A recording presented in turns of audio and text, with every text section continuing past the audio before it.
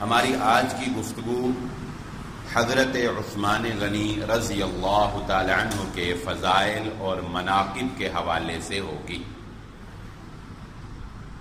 ہم جب بھی کسی شخصیت کا تعارف سنتے ہیں یا پڑھتے ہیں، یا جب بھی ہم کسی شخصیت کے فضائل، اس کے مناقب، اس کی زندگی کی اچھی باتیں، اس کے کارہائے نمایاں جب ہمیں پڑھائے جاتے ہیں یا ہم بیان کرتے ہیں یا ان پر کتابیں لکھی جاتی ہیں، تو اس کا مقصد یہ نہیں ہوتا کہ ہم اس شخصیت کو بہت تعارف پیش کرنا چاہتے ہیں، یہ ایک مقصد ہے، لیکن سننے کا، بیان کرنے کا اور اس کو پڑھنے کا ایک بہت بڑا مقصد یہ ہوتا ہے کہ ان لوگوں نے اگر ایسے عظیم کمال اور ایسی عظیم زندگیاں گزار دی ہیں تو وہ انسان ہی تھے۔ چلو ہم ان جیسے تو نہیں ہو سکتے، کیونکہ جو مقام انہوں نے پا لیا وہ مقام محمد الرسول اللہ صلی اللہ علیہ وآلہ وسلم کے چہرہ پر نور کو دیکھنے کا جو مقام ہے، اور اس کو دیکھ کر صحابی کی فہرست میں شامل ہو جانے والا جو مقام ہے، وہ مقام تو ہم نہیں پا سکتے، لیکن کم از کم ہم یہ تو جان سکتے ہیں کہ آخر وہ بھی انسان تھے، ان کے اندر بھی خواہشات تھیں، ان کے اندر بھی مال و دولت کی حرص اور طمع پائی جاتی تھی، وہ بھی ایک خاندانی جاہ و جلال رکھتے تھے، ان کے اندر بھی غصہ تھا، ان کے اوپر بھی شیطان حاوی ہو جایا کرتا تھا، ان پر بھی شیطان جو ہے وہ اپنے وار کیا کرتا تھا، صحابہ اکرام کے اوپر شیطان وار کیا کرتا تھا، وہ بھی انسان تھے۔ اس کے باوجود آخر کون سی ایسی خوبی تھی، کون سا ایسا کمال تھا، کون سے ایسے اوصاف حمیدہ تھے ان کے اندر کہ وہ لوگ دنیا کے اندر ہی اللہ رب العزت کی رضا پا کر دنیا سے گئے۔ ہمیں یہ جاننا چاہیے ان کے کمالات سے، ان کے فضائل سے اور ان کے مناقب سے۔ حضرت عثمان غنی رضی اللہ تعالیٰ عنہ کی شخصیت کے چند نمایاں اور خصوصی پہلو ہیں، اور جس میں سے ایک یہ بھی ہے کہ وہ شرم و حیا کے پیکر تھے۔ ہر انسان کے اندر ہی شرم و حیا ہونی چاہیے، اور ایک مومن اور ایک مسلمان کے اندر تو حیا ہوتی ہے، لازماً ہوتی ہے، کیونکہ اللہ کے نبی صلی اللہ علیہ وآلہ وسلم نے فرمایا الحیاء من الایمان، حیا تو ایمان کا حصہ ہے۔ اذا لم تستحی فاصنع ما شئت، جب تیرے اندر سے حیا ختم ہو جائے، جب تجھے پرواہ نہ رہے کسی کی، کوئی جو کچھ مرضی کرتا پھرے۔ آج آپ دیکھیں گے بعض لوگ گناہ کرنے والے بڑے فخر سے یہ بات کہتے ہیں، ہمیں کسی کی پرواہ نہیں ہے، جو ہوگا دیکھ لیں گے، نمٹ لیں گے، مجھے اس کی کیا پرواہ ہے، وہ باتیں کرے گا۔ یہ حیا کے مر جانے کی دلیل ہے۔ گناہ پر فخر کرنا اور یہ کہنا کہ میں فخر سے گناہ کروں گا اور مجھے کوئی روک کر دکھائے اور مجھے کوئی پوچھنے والا نہیں ہے اور میں مقابلہ کر سکتا ہوں گناہ کرنے کے بعد، یہ ایک عذاب ہے اس شخص کے اوپر جو اللہ رب العزت نے دنیا کے اندر اس کو دے رکھا ہے کہ اس کی رسی دراز کر دی۔ تو نبی صلی اللہ علیہ وسلم نے فرمایا جب حیا نہ رہی تو پھر جو چاہے کرتا رہے، لیکن کچھ باتیں ایسی ہوتی ہیں جو کسی انسان میں عام انسانوں کے مقابلے میں زیادہ پائی جاتی ہیں، جیسا کہ سارے ہی صحابہ سچے تھے، مگر صدیق کا لقب حضرت ابو بکر صدیق رضی اللہ تعالیٰ عنہ کو ملا، کہ ایک خاص بات تھی کہ سوچا سمجھا ہی نہیں، میرے نبی نے کہا بس سچ ہی کہا۔ میرے کافروں نے آ کر کہا آپ کے دوست محمد الرسول اللہ صلی اللہ علیہ وسلم کہتے ہیں ایک رات میں آسمانوں کی سیر، جنت کی سیر کر رہے ہیں، بیت المقدس بھی گئے ہیں، کہا میرے دوست، میرے خلیل، میرے محبوب، میرے نبی محمد الرسول اللہ صلی اللہ علیہ وسلم نے کہا سو سچ کہا۔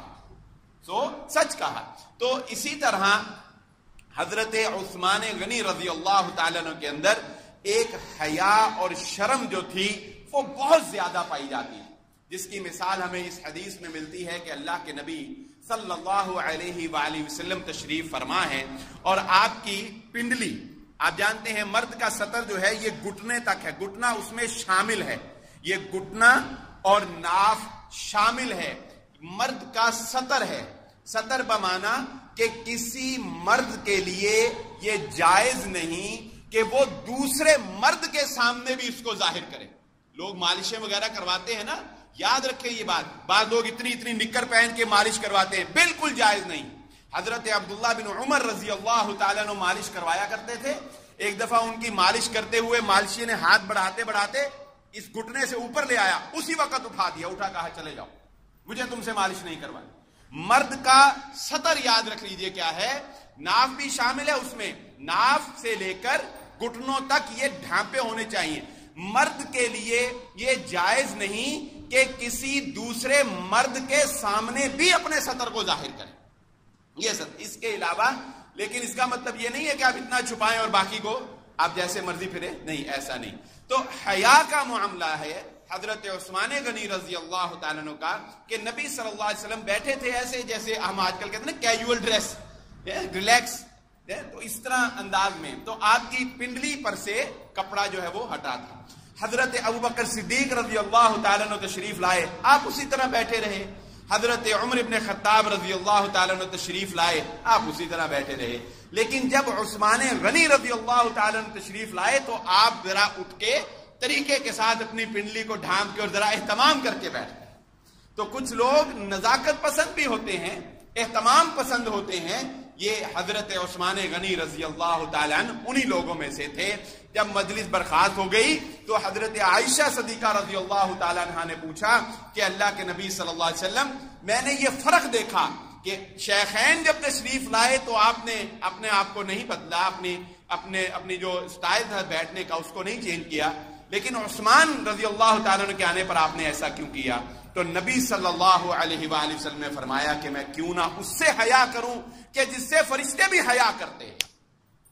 میں اس سے کیوں نہ حیا کروں کہ جس سے فرشتے بھی حیا کرتے ہیں. یعنی حضرت عثمان غنی رضی اللہ تعالیٰ عنہ کا یہ معاملہ تھا کہ بہت ہی حیا والے, نرم دل تھے. آپ بہت ہی نرم دل, بہت ہی مروت, بہت ہی لحاظ کرنے والے, بہت ہی درگزر کرنے والے, بہت ہی معاف کر دینے والے, اور مسلمانوں کے لیے اپنے دل میں درد رکھنے والے, مسلمانوں کے لیے اپنے دل میں درد رکھنے والے. آپ ان شریف لوگوں میں سے تھے. بعض لوگ ہوتے ہیں نا, ان کی, میں کہتا ہوں کہ ان کی روح ہی شریف ہوتی ہے. بعض ہوتے ہیں بڑے شرارتی قسم کے, شاطر قسم کے, ان کو دین پر عمل کرنے کے لیے اپنے اوپر بڑا جبر کرنا پڑتا ہے, بڑا زور لگانا پڑتا ہے اپنی. وہ آپ نے یہ جملہ اکثر سنا ہوگا نا, روح اور جسم کی جنگ, روح اور جسم کی جنگ. تو جب وہ دین کی طرف آتے ہیں یا دین کی طرف ان کی رغبت ہوتی ہے تو ان کو اپنے سے ایک جنگ کرنی پڑتی ہے. اچھا, کچھ لوگ ہوتے ہیں تبانی بیچارے بڑے شریف ہوتے ہیں, اگرچہ وہ دیندار نہ بھی ہونا تب بھی ان کی طبیعت میں ایک شرافت ہوتی, کسی کو برا نہیں کہنا, کسی سے لڑنا نہیں. اور بعض لوگ, آپ سمجھ سکتے ہیں میں کیا کہنا چاہتا ہوں. تو حضرت عثمان غنی رضی اللہ تعالیٰ عنہ کی شخصیت ان شخصیات میں سے تھی جو طبعاً ایک شریف النفس انسان تھے. آپ نے اسلام قبول کرنے سے پہلے بھی کبھی شراب نہیں پی, کبھی زنا نہیں کیا, کبھی لڑائی جھگڑا نہیں کیا, کبھی کسی سے الجھے نہیں, کبھی ڈاکو چوری, یا دوسرے معنوں میں کہہ لیں کاروباری انسان تھے. کاروباری تھے نا. اب یہ کاروباری لوگوں میں یہ مشہور ہے کہ وہ کسی سے لڑتا نہیں, کسی سے لڑتا نہیں. لیکن حضرت عثمان غنی رضی اللہ تعالیٰ عنہ کسی کو دھوکہ بھی نہیں دیتے تھے. آج کا کاروباری دھوکہ ضرور دیتا ہے, لڑتا کسی سے نہیں, دھوکے ساروں کو دیتا ہے. حضرت عثمان غنی رضی اللہ تعالیٰ عنہ کسی کو جاہلیت میں بھی دھوکہ نہیں دیا کرتے تھے. بڑے مالدار انسان تھے.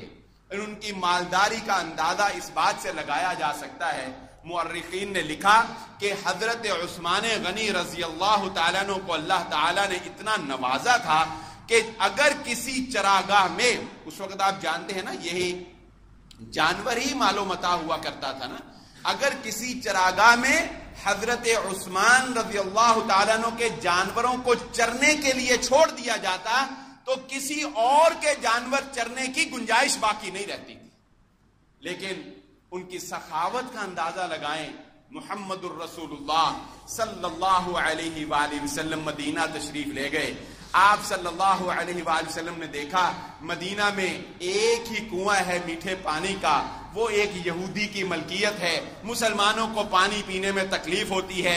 اعلان کیا کون ہے جو اس کنویں کو خرید لے گا، خرید لے، صرف خریدے گا نہیں، خرید کر مسلمانوں کے لیے وقف کر دے کہ اس کے بدلے میں اس کو جنت میں جگہ کی ضمانت دیتا ہوں۔ حضرت عثمان غنی رضی اللہ تعالیٰ عنہ نے اپنے یہ جملہ جو میں اب کہنے لگا ہوں اس پر ذرا غور رہے، یہ جملہ حضرت عثمان رضی اللہ تعالیٰ عنہ نے اپنی شہادت سے پہلے جو آخری خطاب کیا اس میں بیان کیا۔ چلیں اسی روایت کو ہم سن لیتے ہیں۔ حضرت عثمان نے لوگوں سے خطاب کرتے ہوئے کہا، تم جانتے ہو نبی صلی اللہ علیہ وسلم جب مدینہ تشریف لائے پانی نہیں تھا میٹھا، نبی صلی اللہ علیہ وسلم نے یہ بات ارشاد فرمائی کہ کون ہے جو اس کو خرید کر وقف کرے گا کہ بدلے میں اس کو جنت میں جگہ کی ضمانت دیتا ہوں۔ تو میں نے، عثمان نے اپنے خالص مال سے اس کنویں کو خرید کر مسلمانوں کے لیے وقف کر دیا۔ خالص مال سے پتہ کیا بنتا ہے؟ خالص مال کا مطلب کہ وہ زکوٰۃ کے پیسے نہیں تھے۔ ہم لوگ نیکی کرتے ہیں تو زکوٰۃ بہت بنتی ہے تو زکوٰۃ کو ہی خرچ کرتے ہیں۔ حضرت عثمان غنی رضی اللہ تعالیٰ نے فرمایا میں نے اپنے اصل مال میں سے، یعنی راس میں سے کہہ لیں، کاروباری حضرات یہ جانتے ہیں کہ جتنا بھی ہم خرچ کریں پروفٹ میں سے کرتے ہیں، راس میں سے کوئی بھی کاروباری نہیں خرچ کرتا نا، مگر حضرت عثمان غنی رضی اللہ تعالیٰ نے فرمایا میں نے اپنی راس میں سے اس مال کو خرچ کیا اور اس کنویں کو تمہارے لیے اللہ کے نبی صلی اللہ علیہ وسلم کے کہنے پر میں نے مسلمانوں کے لیے وقف کر دیا۔ اور تم جانتے ہو مسجد نبوی کی توسیع کی باری آئی، نبی صلی اللہ علیہ وآلہ وسلم نے تب بھی نوید اور بشارت سناتے ہوئے کہا کون ہے جو اس کو خرید کر مسجد کی توسیع کے لیے وقف کر دے۔ یہ ٹکڑا بھی حضرت عثمان غنی رضی اللہ تعالیٰ عنہ نے خرید کر دیا۔ آج تم مجھے اس کنویں سے پانی نہیں پینے دیتے، آج تم مجھے اس مسجد میں 2 نفل ادا نہیں کرنے دیتے۔ یہ نیکی کس کے حصہ میں آئی؟ یہ نیکی میں حضرت عثمان غنی رضی اللہ تعالیٰ عنہ کے حصہ میں آئی۔ اور اس کے آگے 2 اور باتیں اسی حدیث میں حضرت عثمان غنی رضی اللہ تعالیٰ عنہ نے بیان کی، وہ بھی سن لیجئے کہ تم جانتے ہو غزوہ تبوک کے موقع کے اوپر جب اللہ کے نبی صلی اللہ علیہ وآلہ وسلم نے اعلان کیا کہ مسلمانوں کے لشکر کو، جنگی لشکر کو تعاون کی ضرورت ہے، مال کی ضرورت ہے، تو میں عثمان غنی رضی اللہ تعالیٰ عنہ نے 100 اونٹ بما اس کے کجاوے، یعنی اس کے اوپر جتنا بھی جو بھی اس کا ساز و سامان ضروری ہوتا ہے، یعنی یوں سمجھ لے گاڑی بما پیٹرول، ٹینکی فل کرا کے پیٹرول، یعنی بما اس کے کجاوے کے میں نے 100 اونٹ اللہ کے نبی صلی اللہ علیہ وسلم کو دیا۔ آپ نے پھر اعلان کیا، پھر دیا 300 اونٹ حضرت عثمان غنی رضی اللہ تعالیٰ نے دیا، اور ایک دوسری روایت میں 1000 اشرفیاں حضرت عثمان غنی رضی اللہ تعالیٰ نے دی۔ اللہ کے نبی صلی اللہ علیہ وآلہ وسلم منبر سے تشریف نیچے کو اتر رہے تھے، اور راوی بیان کرتے ہیں کہ میں نے نبی صلی اللہ علیہ وسلم کی زبان اطہر سے یہ بات سنی، آپ اتر رہے تھے اور یہ بات ارشاد فرما رہے تھے عثمان آج کے بعد جو کچھ بھی مرضی کرتا رہے تجھے تیرا کوئی عمل نقصان پہنچانے والا نہیں، تو نے اتنی بڑی نیکی کر لی ہے۔ یعنی یوں سمجھ لیجئے کہ بعض لوگوں کے، انسان ہے نا، غلطی تو ہر انسان سے ہوتی ہے، لیکن بعض لوگوں کے کمالات اتنے بڑے ہوتے ہیں، بعض لوگوں کے ان کے احسانات اتنے ہوتے ہیں، ان کے کمالات اتنے ہوتے ہیں، ان کے مناقب اتنے بڑے ہوتے ہیں کہ ان کی چھوٹی چھوٹی غلطیاں ان کے مقابلے میں کوئی حیثیت نہیں رکھتی۔ حضرت عثمان غنی رضی اللہ تعالیٰ عنہ کے بارے میں نبی صلی اللہ علیہ وسلم نے فرما دیا کہ آج کے بعد عثمان تو جو کچھ بھی کرے تیرا کوئی عمل تیرے لیے ضرر نہیں ہے، کوئی تیرے لیے نقصان نہیں ہے۔ گویا کہ یہ ایک جنت کی بشارت تھی حضرت عثمان غنی رضی اللہ تعالیٰ عنہ۔ اور یہ تو ہم جانتے ہی ہیں کہ 10 مبشرہ یعنی وہ 10 صحابہ اکرام جن کو دنیا کے اندر جنت کی بطور خاص بشارت دی گئی ہے، ان میں ایک حضرت عثمان غنی رضی اللہ تعالیٰ عنہ کی شخصیت بھی شامل ہے۔ اور چوتھی بات حضرت عثمان نے کہی، تمہیں یاد ہے کہ ایک دفعہ محمد الرسول اللہ صلی اللہ علیہ وسلم، حضرت ابو بکر، حضرت عمر اور میں عثمان رضی اللہ تعالیٰ عنہم احد پہاڑ کے اوپر چل رہے تھے، جب وہ ہلکا سا ہلا تو نبی صلی اللہ علیہ وسلم نے اس کو ٹھوکر لگا کر کہا ٹھہر جا، کیا تو جانتا نہیں تیرے اوپر ایک نبی چل رہا ہے، ایک صدیق چل رہا ہے اور 2 شہید تیرے اوپر چل رہے ہیں، ایک تو حضرت عمر شہادت پا گئے اور دوسرا شہید میں عثمان غنی رضی اللہ تعالیٰ عنہ کی شخصیت۔ یعنی یہ بھی ایک بہت بڑی سعادت ہے، یہ بھی ایک بہت بڑی خوش قسمتی ہے کہ ان کو زندگی کے اندر جنت کی بشارت بھی دی گئی اور ایک بہترین موت کی بشارت حضرت عثمان غنی رضی اللہ تعالیٰ عنہ کو دی گئی۔ موت آخرت کے انجام میں ایک بڑا اہم مرحلہ ہے، آخرت کی گھڑیوں میں سے ایک بڑی اہم گھڑی ہے جہاں سے آپ کی دوسری زندگی کا آغاز ہوتا ہے، اور شہادت کی موت سے بڑھ کر اچھی موت اور مسلمان کے لیے کوئی نہیں ہے۔ شہادت کی موت سے بڑھ کر اچھی اور بہترین موت اور مسلمان کے لیے کیا ہو سکتی ہے؟ حضرت عثمان غنی رضی اللہ تعالیٰ عنہ کو شہادت نصیب ہوئی اور اس کی پیشین گوئی، اس کی بشارت رسول اللہ صلی اللہ علیہ وسلم نے پہلے دے دی۔ یہ سعادت کیا کم ہے کہ جس وقت حضرت عبداللہ بن عمر رضی اللہ تعالیٰ عنہ سے ایک شخص نے آ کر 3 سوال کیے۔ یعنی بعض لوگ ہوتے ہیں ان کی عادت ہوتی ہے کہ وہ اچھے پہلو کو نہیں دیکھتے بلکہ انہوں نے نقص نکالنے ہوتے ہیں اور فتنہ پھیلانا ہوتا ہے، اور ان کی کوشش ہوتی ہے کہ کوئی ایسی بات نکلے جس سے فساد پیدا ہو۔ تو ایک نے آ کر کہا آپ جانتے ہیں حضرت عثمان غنی رضی اللہ تعالیٰ عنہ بدر کے جنگ کے اندر شریک نہیں ہوئے تھے۔ حضرت عبداللہ رضی اللہ تعالیٰ عنہ سن لیا، آگے سے کہا آپ جانتے ہیں میدان احد میں جب مسلمان ایک دفعہ حواس باختہ ہو گئے تھے تو ان میں حضرت عثمان غنی رضی اللہ تعالیٰ عنہ بھی شامل تھے۔ دوسری بات حضرت عبداللہ بن عمر رضی اللہ تعالیٰ عنہ نے کہا ٹھیک ہے، تیسری بات کیا ہے؟ اس نے کہا آپ جانتے ہیں بیعت رضوان ہوئی اور اس بیعت رضوان میں حضرت عثمان غنی رضی اللہ تعالیٰ عنہ شریک نہیں تھے۔ حضرت عبداللہ بن عمر رضی اللہ تعالیٰ نے کہا اچھا اب ان تینوں کے جوابات بھی لے کر جاؤ، ان تینوں کے جواب بھی لے کر جاؤ۔ پہلے سوال کا جواب یہ ہے کہ تم کہتے ہو بدر میں شریک نہیں تھے، بدر میں حضرت عثمان غنی رضی اللہ تعالیٰ عنہ اس لیے شریک نہیں تھے کہ محمد الرسول اللہ صلی اللہ علیہ وآلہ وسلم کی بیٹی آپ کی زوجہ محترمہ بیمار تھیں اور نبی صلی اللہ علیہ وسلم کی اجازت سے آپ کو مدینہ میں رکھا گیا اور آپ کو بدر کے مجاہدین کے اندر ہی شمار کیا گیا، آپ کو اس میں ہی شمار کیا گیا۔ دوسری بات احد کی اگر بات کرتے ہو تو اللہ رب العزت نے مسلمانوں کی اس غلطی کو معاف کر دیا، اور جب اللہ نے معاف کر دیا تو ہمیں اب کوئی حق نہیں پہنچتا کہ ہم دوبارہ اس کے اوپر کوئی بات کریں۔ اور تیسری جو بیعت رضوان کی سعادت ہے تو سن لو، اگر نبی صلی اللہ علیہ وآلہ وسلم کے پاس حضرت عثمان سے زیادہ کوئی قابل قدر اور عزت دار ہوتا تو مکہ میں مذاکرات کرنے کے لیے آپ اس کو بھیجتے۔ حضرت عثمان غنی رضی اللہ تعالیٰ عنہ کو مکہ بھیجا مذاکرات کرنے کے لیے۔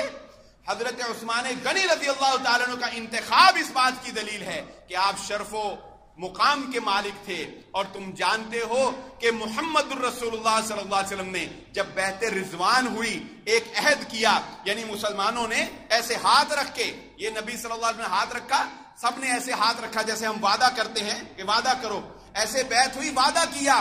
نبی صلی اللہ علیہ وآلہ وسلم نے کہا یہ عثمان کی طرف سے بیعت، یہ عثمان کا ہاتھ، اپنے دائیں ہاتھ کو عثمان رضی اللہ تعالیٰ عنہ کا ہاتھ قرار دے کر کہا یہ بیعت کرتا ہوں عثمان کی طرف سے بیعت کہ وہ بھی اس بیعت میں ہمارے ساتھ شریک ہے۔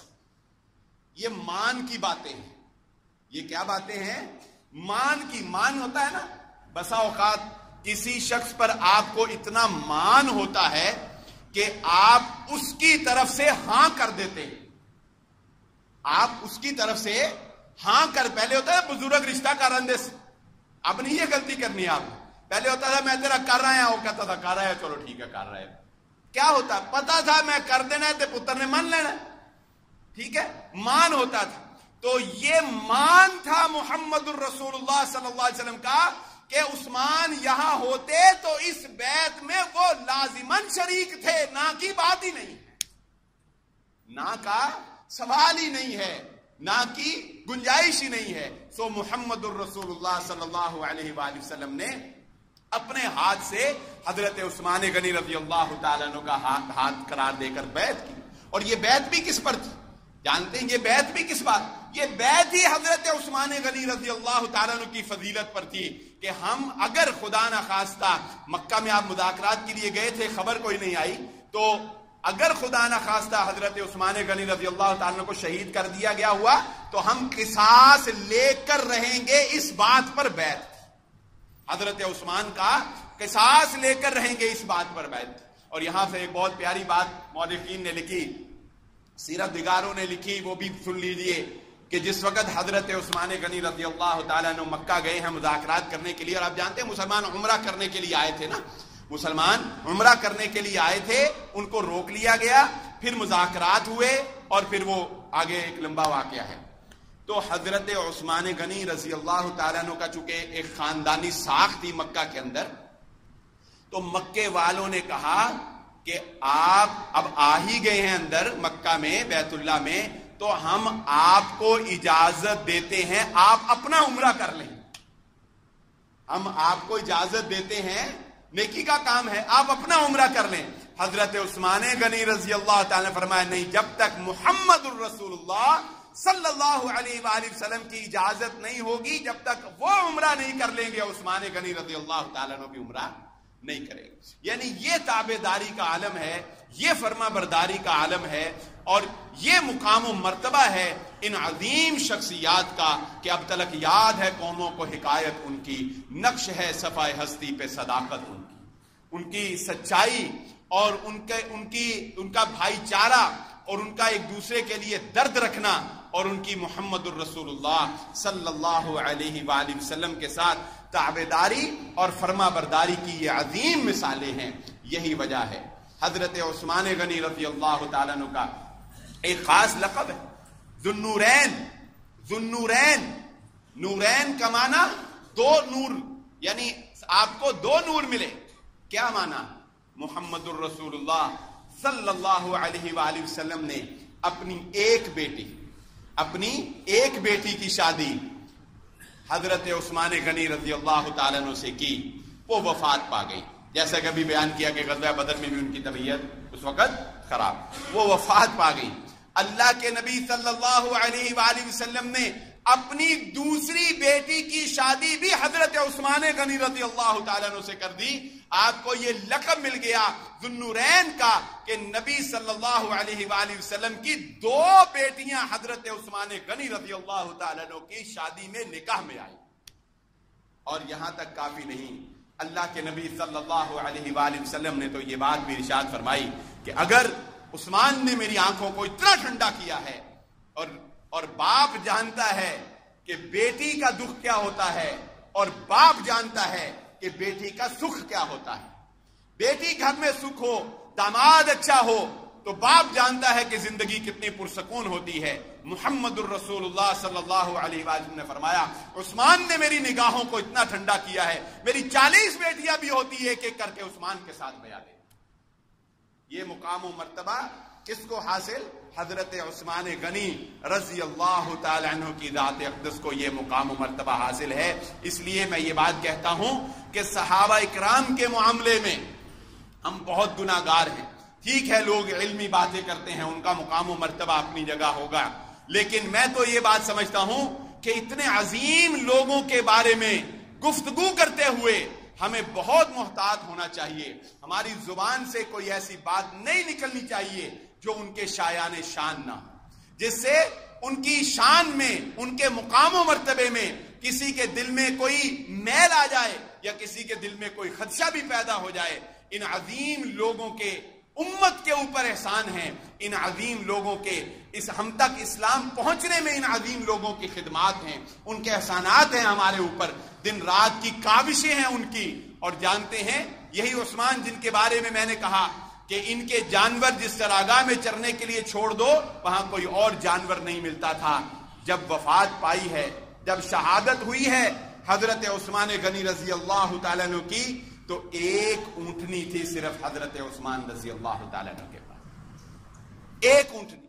وہ شخص جو مکہ کا مدینہ کا بڑا تاجر ہو اور جب وہ حاکم وقت بن جائے، آپ جانتے ہیں جب کوئی حاکم بن جاتا ہے دولت 4 گنا ہو جاتی ہے نا، پہلے کم امیر ہوتا ہے پھر 4 گنا امیر ہو جاتا ہے. اور ادھر معاملہ اس کے برعکس، ادھر معاملہ یہ ہے کہ مالدار ہیں لیکن دن بدن اسلام کی خدمت ہو رہی ہے، سخاوت ہو رہی ہے، لوگوں کے کام آیا جا رہا ہے، اور مال والا لیول جو ہے وہ کم ہوتا چلا جا رہا ہے، کم ہوتا چلا جا رہا ہے. حتیٰ کہ جب وفات پائی ہے تو صرف ایک اونٹنی تھی حضرت عثمان غنی رضی اللہ تعالیٰ عنہ کے پاس، اور وہ بھی صرف اس لیے رکھی کہ مکہ آنے جانے کے لیے، مکہ عمرہ کرنے کے لیے، حج کرنے کے لیے مکہ آنا جانا ہے، تو اس لیے حضرت عثمان غنی رضی اللہ تعالیٰ نے ایک اونٹنی رکھی. فتنوں کا شکار ہوئے، آپ کو شہید کیا گیا، آپ کے گھر کا محاصرہ کیا گیا، آپ کو پانی تک نہیں پہنچنے دیا گیا، آپ کو گھر سے باہر نہیں نکلنے دیا گیا، آپ طاقت رکھتے تھے، آپ قوت رکھتے تھے، آپ حاکم تھے، لیکن آپ نے مسلمانوں کی تلواروں کو آپس میں بے نیام نہیں ہونے دیا. اور فرمایا محمد الرسول اللہ صلی اللہ علیہ وآلہ وسلم صحابہ اکرام کے درمیان تشریف فرما ہے اور صحابہ کو بیان کر رہے ہیں کہ مستقبل میں ایسے ایسے فتنے ہوں گے. جیسا کہ آپ جانتے ہیں بہت سی احادیث ہیں کہ جن میں اللہ کے نبی صلی اللہ علیہ وسلم نے مستقبل کے فتنوں کے بارے میں بتایا ہے. تو آپ فتنے بیان کر رہے تھے، تب راوی بیان کرتے ہیں کہ تب ایک شخص چادر میں اپنے آپ کو لپیٹے ہوئے پاس سے گزرا. محمد الرسول اللہ صلی اللہ علیہ وسلم نے فرمایا جب فتنے رونما ہوں گے یہ شخص اس وقت ہدایت پر ہوگا، یہ شخص اس وقت ہدایت پر ہوگا. وہ کہتے ہیں میں اسی وقت میرے حیرانگی ہوئی کہ یہ عظیم شخص کون ہے کہ جو فتنوں میں بھی نبی صلی اللہ علیہ وسلم فرما رہے ہیں کہ یہ ہدایت پر ہوگا. میں اس کے پیچھے چلا اور تاکہ یہ دیکھ سکوں کہ وہ کون ہے، اور جب میں نے دیکھا تو وہ حضرت عثمان غنی رضی اللہ تعالیٰ عنہ کی شخصیت. اور حضرت عثمان غنی رضی اللہ تعالیٰ عنہ خلافت کے منصب کے اوپر فائز ہوئے، آپ شہید ہو گئے، لیکن آپ نے اس منصب کو نہیں چھوڑا. کیوں؟ کیونکہ آپ خود بیان کرتے ہیں کہ مجھے محمد الرسول اللہ صلی اللہ علیہ وآلہ وسلم نے یہ بات ارشاد فرمائی کہ اے عثمان، اللہ رب العزت یہ ایک کرتا پہنائے گا، اور اس کرتے سے مراد کہ اللہ آپ کو خلافت عطا فرمائے گا، اللہ آپ کو خلفائے راشدین میں سے تیسرا خلیفہ، مسلمانوں کا تیسرا خلیفہ ہونے کا شرف آپ کو حاصل ہوگا. اے عثمان، اللہ تمہیں ایک کرتا پہنائے گا، تو لوگ اس کو اتارنے کی کوشش کریں گے لیکن تم نے اس کرتے کو نہیں اتارنا، اس کرتے کو اتارنے کی اجازت نہیں دی محمد الرسول اللہ صلی اللہ علیہ وآلہ وسلم نے. تو لہذا حضرت عثمان غنی رضی اللہ تعالیٰ عنہ نے شہادت کو قبول کر لیا، وہ کرتا بھی نہیں اتارا اور مسلمانوں کی تلواروں کو آپس میں خون ریز نہیں ہونے دیا، مسلمان کی تلوار کو بے نیام نہیں ہونے دیا. یہ حضرت عثمان غنی رضی اللہ تعالیٰ عنہ کا حلم تھا، یہ آپ کی درگزری تھی، یہ آپ کی سخاوت تھی، یہ آپ کا عظیم مقام و مرتبہ تھا کہ آج ہم بالکل ہماری نوجوان نسل، اور آپ اسکولوں میں جائیں، کالجوں میں جائیں، ٹیچر سے پوچھیں کہ وہ کوئی بچہ میٹرک کے بچے کو کھڑے ہو کر پوچھ لے کہ بتاؤ حضرت عثمان غنی رضی اللہ تعالیٰ عنہ کی سیرت کیا تھی، نہیں بتا سکے. پوچھیں کسی سے، کسی میٹرک والے بچے سے، اور جب ایف اے میں چلا جاتا ہے تب تو زندگی بدل جاتی ہے نا، جب کالج لائف میں چلا گیا تب تو زندگی بدل گئی. میٹرک تک آپ اس کو سکھا سکتے ہیں نا. تو پوچھیں کسی بچے سے کہ بتاؤ کہ حضرت عثمان غنی رضی اللہ تعالیٰ عنہ 18 ذوالحجہ، اس موضوع کا انتخاب بھی آپ جانتے ہی ہوں گے میں نے کیوں کیا، 18 ذوالحجہ کی تاریخ حضرت عثمان غنی رضی اللہ تعالیٰ عنہ کی شہادت کا دن ہے، شہادت کی تاریخ ہے. تو اسی مناسبت سے ہم نے اس موضوع کا انتخاب کیا.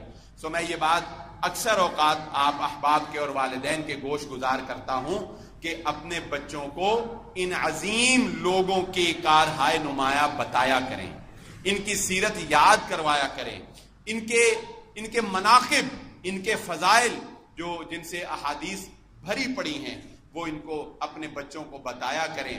حضرت عثمان غنی رضی اللہ تعالیٰ عنہ کی اور موقع کی مناسبت سے یہ بات بہت ضروری ہے آپ جانتے ہیں 14 اگست آتی ہے تو ہمارا ترانے سننے کو دل کرتا ہے، ترانے سننے کو دل کرتا ہے. عید آتی، چھوٹی عید آتی ہے تو ہمارا عیدی لینے کو دل کرتا ہے، ہم نئے نوٹ خریدتے ہیں، عیدی دینی ہوتی ہے. بقرہ عید آتی ہے، ہمیں جانور خریدتے. کیوں؟ ہر دن کی ایک مناسبت ہے اور اس مناسبت سے ہی بات اچھی لگتی. ایک فطری طور پر انسان ذہنی طور پر تیار ہو جاتا ہے اس کو قبول کرنے کے لیے. تو اسی طرح یہ جو دن ہے، جس طرح کہ اب یہ حضرت عثمان غنی رضی اللہ تعالیٰ کی شہادت کا دن ہے، تو ہمیں اس بات کو، اس پر کوئی آپ سیمینار اسکولوں میں ارینج کریں جن کی رسائی ہے، گھر میں کوئی ایسی مجلس کا اہتمام کریں، بچوں کو اکٹھا کریں، ان کو بتائیں اور ان کو سمجھائیں کہ یہ 18 ذو الحجہ ہے اور اس لیے ہے، اور میں یہ تمہیں یہ حضرت عثمان غنی رضی اللہ تعالیٰ عنہ کی سیرت جو ہے یہ بیان کر رہا ہوں. اللہ رب العزت سے دعا ہے اللہ مجھے اور آپ کو ان عظیم لوگوں کے طریقے کے اوپر اور ان عظیم لوگوں کے اسوہ کے اوپر، کیونکہ اللہ رب العزت نے فرمایا قرآن مجید میں تمہارا ایمان کیسا ہونا چاہیے. وَإِذَا قِيلَ لَهُمْ، جب ان سے کہا جاتا ہے آمنوا، ایمان لاؤ، کما آمن الناس، جیسا کہ صحابہ اکرام ایمان لائے. قالوا وَنُؤْمِنُ كَمَا آمَنَ السُّفَهَاءُ، وہ کہتے تھے، منافق کہتے تھے کیا ہم ایسے لوگوں جیسا ایمان لائیں جیسے یہ بے وقوف لوگ ایمان لائے ہیں. نعوذ باللہ. صحابہ کو منافقین، اللہ نے کہا اگر تم ایمان لانا چاہتے ہو صحیح ایمان تو صحابہ جیسا ایمان لاؤ. انہوں نے کیا کہا منافقین نے؟ ان بے وقوفوں جیسا ایمان لائیں. تو بے وقوف کہا، نعوذ باللہ. کیوں کہا؟ اسی لیے کہا کہ اگر عقل سے سوچا جائے اور منافق کی نظر سے سوچا جائے تو ایک شخص محمد الرسول اللہ صلی اللہ علیہ وآلہ وسلم کی خاطر مکہ بھی چھوڑ دیا، خاندان بھی چھوڑ دیا. حضرت عثمان نے 2 ہجرتیں کی. آپ کو یہ بھی شرف حاصل ہے، پہلے آپ نے مکہ سے حبشہ کی جانب ہجرت کی، پھر حبشہ سے مدینہ کی جانب ہجرت کی، نبی صلی اللہ علیہ وآلہ وسلم کے حکم پر ہی 2 ہجرتیں کی. تو وہ کہتے تھے یہ کیسے بے وقوف لوگ ہیں، اپنے خاندان کی پرواہ نہیں، اپنے مال کی پرواہ نہیں، بیوی بچوں کی پرواہ نہیں، ہر چیز کو چھوڑی جاتے ہیں، ہم نہیں مانتے ایسے بے وقوف جیسا ایمان. اللہ تعالیٰ نے فرمایا ایسا ایمان لاؤ گے تو قابل قبول، ہمیں تو ایسا ایمان چاہیے. تو ہم اللہ تعالیٰ سے دعا کرتے ہیں کہ اللہ تعالیٰ ہمیں بھی ان کی سیرت جیسی زندگی گزارنے کی توفیق عطا فرمائے.